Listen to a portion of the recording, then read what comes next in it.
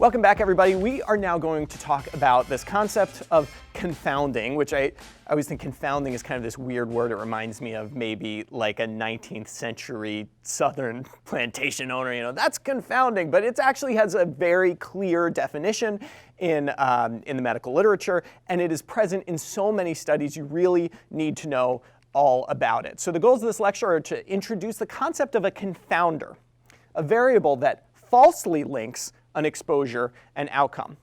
We're going to discuss what studies are most susceptible to confounding and which are mostly immune, and remind you that you can't adjust for everything. But to get started, I want to show you a clip that might as well have been me when I was in college. My advice to you is to start drinking heavily. You better listen to him, Flounder. He's in pre-med.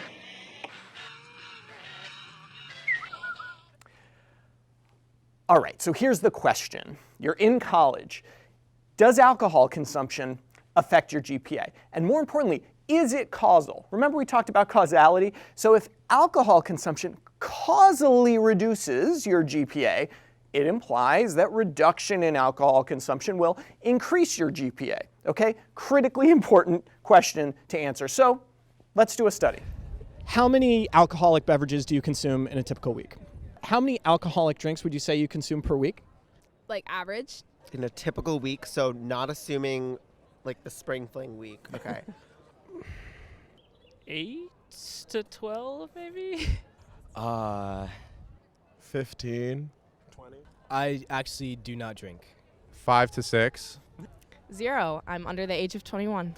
Maybe like a keg. 0. 1 or 2. I would say in a typical week, okay, let's do the math. Okay. How many alcoholic drinks do you consume in a typical week? 20. Let's assume a glass of wine on a Wednesday. How many alcoholic drinks would you say you consume in a typical week? 10. And what is your GPA? Like 3.7. Excellent. And then let's assume maybe like 2 shots on like a Friday. And what is your GPA? 3.9. My GPA is 3.7.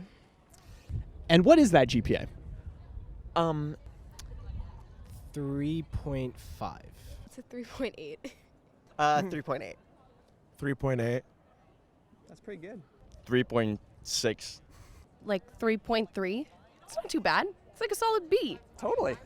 How many alcoholic drinks would you say you consume in a typical week? Probably 2 or 3. And what is your GPA? 3.8. I would say probably 5 or 6. And what is your GPA? About a 3.7. Everyone's GPA is higher than mine was in college, FYI. And what is your GPA? Ooh. Maybe like add another 2 shots on like a Saturday. Spice it up with like another glass of wine. So probably 6 glasses in a total. All right, week. okay. And what is that GPA that you don't care too much about? 3.8. Not bad.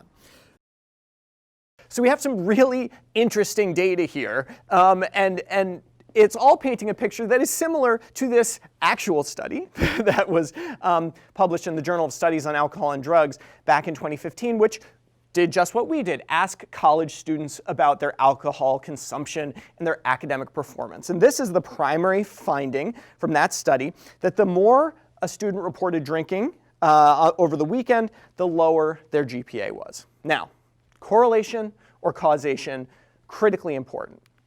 So let's understand what the conceptual model here is. So it's a very simple conceptual model. The conceptual model is, we believe, potentially, our hypothesis is that drinking alcohol leads to worse grades. And we can imagine why that might be, right? You're drinking, you're not studying, et cetera. It's biologically plausible. There's some support for this. Now, this isn't a randomized trial. We didn't randomize kids to drink versus not drink. That would probably not be ethical.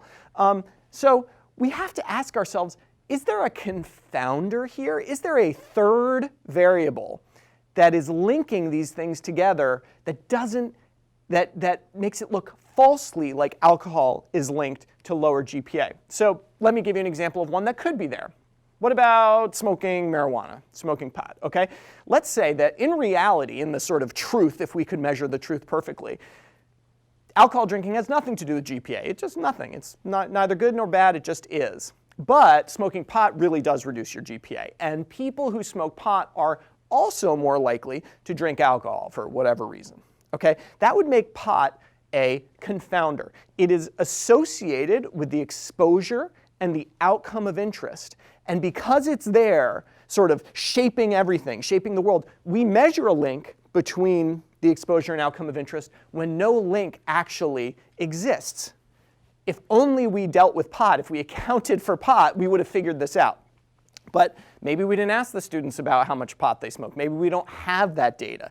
So particularly in observational studies like this, when you're not randomizing something, you have to worry about these factors, confounders. And we'll go through a bunch of these during this study. Now there could be other things too. There are other confounders. What about being in a relationship? Okay, maybe you find a new girlfriend or boyfriend and you're spending all your time with them and you don't have time to study, so you get bad grades. And of course, you're going to go out to dinner and you are going to drink more alcohol and whatnot. If we don't account for that, account for the relationship variable, well, we're going to link alcohol and poor grades, but really it has nothing to do with the alcohol. It's not causal. Changing alcohol intake isn't going to matter. What you really have to do is get rid of your girlfriend, which, that's not great either. But what about other things? So there are lots of things that can be confounders. One way I sort of conceptualize this is just the concept of mojo, a impossible to measure internal force that you just can't get your grip on. But maybe people with more mojo do worse in school, and people with more mojo drink more beer. And if only we could measure that, we could sort of account for it statistically, but we can't. So mojo is always in the back of my head when I think about these unmeasured confounders. So when you're coming up with confounders of relationships, you want to ask yourself, can it be measured? And of course, if it can, was it? And then how did they account for it? So let's talk about how you account for it. So there are mathematical ways to control for a confounder. And the word control is important here. That's what will be used in the medical literature. They will say, we controlled for age, sex, race, marijuana intake, smoking status, body mass index, and so on and so forth. They'll list all these things. And the statistical software more or less does the math for you. You just have to type in what you want to control for. Now, you can only control for things you measured. It's not perfect, and I'll tell you why in just a moment. But one real problem with controlling for confounders, even when you measure them, is that measurement's not perfect, right? And so I might ask someone if they smoke pot, and they may say no, but they're maybe saying no because they don't want to tell me, they're embarrassed, there's a stigma or something. So I can't control for it, right, if the measurement isn't accurate. So something else to keep in mind in a confounded study. So a confounder officially is a variable that is linked to the exposure and outcome of interest. So let's take an example of proximity to a liquor store. Let's say you live just next door to a liquor store. Well, one could argue that that probably makes it easier for you to get beer. Let's make that argument. So the proximity to the liquor store is going to make it easier for you to get beer. But is the proximity to the liquor store independent of your ability to get beer going to decrease your grades? Well, okay, maybe it's loud or boisterous or something, but putting that aside, let's just say it's not. Then you have a variable that's linked to the exposure but not linked to the outcome. It is then not a confounder. You don't have to worry about that in terms of inducing this false relationship. This is not a confounder, proximity to the liquor store. It is just something associated with the exposure, not the outcome. So let's identify the confounder in some of these observational studies. But let me pause for a minute and say, why am I not as worried about confounders in randomized trials? Well, the major reason is the randomization. Remember, a confounder has to be associated with the exposure and the outcome to be a confounder. In a randomized trial, the exposure is assigned randomly. That's the whole point. There is nothing that's associated with the exposure because the exposure is completely random. And that's the key. So confounding is sort of taken care of automatically in a randomized trial. Really neat, right? But not everything is a randomized trial. So a study shows people who drink alcohol are at higher risk of lung cancer. Is that causal? Does alcohol cause lung cancer? What's the confounder? Good. So the confounder here might very well be smoking cigarettes, right? Cigarettes are linked with alcohol drinking. Cigarettes are linked with cancer. Classic confounder. A study shows second-born children are more likely to have trisomy 21 than first-born children. Okay, let's think about this for a second. What's the confounder here? So the confounder here is maternal age, okay? It's a little, you got to think a little creatively when you're thinking about confounders, right? We know that the older a mom is, the more likely the baby is to have trisomy 21. We also know that the older a mom is, the more likely she is to be having her second or third or fourth baby as opposed to her first baby, because people tend to have their first baby when they're younger than when they have their second baby. So a bit subtle there, but maternal age is a classic confounder. So this relationship might lead you to think, oh, there's something weird about siblings. It's not. It's accounted for by maternal age. A study shows that people who eat foie gras live longer than those who do not. Is that causal? Is there something in foie gras that's like really powerful and keeps you alive longer? Or is there a confounder? Yeah, money is the confounder here. And money is often a confounder in medical studies. People who have a lot of money can afford to eat foie gras.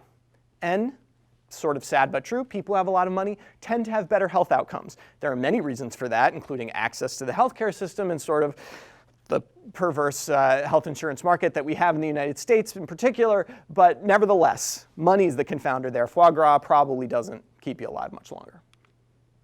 Now here's an article that appeared in the American Journal of Cardiology, which was looking at vitamin D deficiency and supplementation and the relation to cardiovascular health. And basically what they described was that, hey, the more vitamin D you get, the better your heart does, the less likely you are to have heart attacks and stuff like this. So not a randomized trial. They didn't randomize people to get vitamin D or not. This is just asking people if they take vitamin D and measuring their vitamin D levels. So what are the potential confounders here? Well, you may not know this if you don't have a biological background, but you get vitamin D from sunlight, right? You've heard that before probably. You're out in the sun. So people who are healthier, who are getting outside, who are more active, are going to have higher vitamin D levels. And they are also going to have better cardiovascular outcomes. So getting out there in the sun, being active, getting exercise is a confounder of the vitamin D heart protection relationship. So you've got to be really wary whenever you see these links and correlations. You ask yourself, what's the confounder? What's the confounder? What's the confounder? And most importantly, did the authors of the study measure it and adjust for it? Let's do one more, in case I haven't hammered this home enough. So this was a study that looked at extended breastfeeding and outcomes among children. So extended breastfeeding, I think they defined as breastfeeding beyond the first 6 months of life. And they found that these kids who got breastfed longer ended up having a higher IQ and actually making more money even later in life. So if that's causal, every mom, right, should be really strongly encouraged to breastfeed their kids as long as possible. But is it causal? What could the confounder be here? Well, it turns out, this was the article, it was published in the Journal of the American Medical Association, that women who breastfed for more than 6 months were really different in a variety of ways from women who didn't. They were older, they had higher income, they were more likely to be married, they were more highly educated, they were more likely to only have one kid as opposed to have many kids, which makes just a lot of sense to me as someone who has 3 kids. And so all of these factors could be tied to those outcomes in the kid, right? If you're in a married and stable home, maybe your kid ends up getting a better job when they're older. And it really has nothing to do with the extended breastfeeding. And in fact, when they adjusted for all of those factors, the link between extended breastfeeding and higher IQ disappeared. So one of the powerful things about adjustment is that if you account for the appropriate confounder, the observed association melts away. You kind of see the reality of the situation. Remember, a confounder is a variable that influences both the exposure and the outcome of interest. So a happy family makes it easier for a mom to breastfeed for longer, and a happy family leads to smarter and more economically productive children. So the take-home points, a confounder has to be linked to both the exposure and the outcome. That's why randomized trials are so great, because there's no confounders linked to the exposure, because the exposure is random. 2, confounders are present in every observational study. It's your job to make sure the obvious ones are accounted for. So every study, just think, what are the confounders here? And did the authors list them and account for them? But realize that mojo is always out there. There's always confounders that you can't even conceptualize, and much less measure. But nevertheless, they exist, which is why a randomized trial is always going to offer stronger evidence than any observational study. I'll see you next time.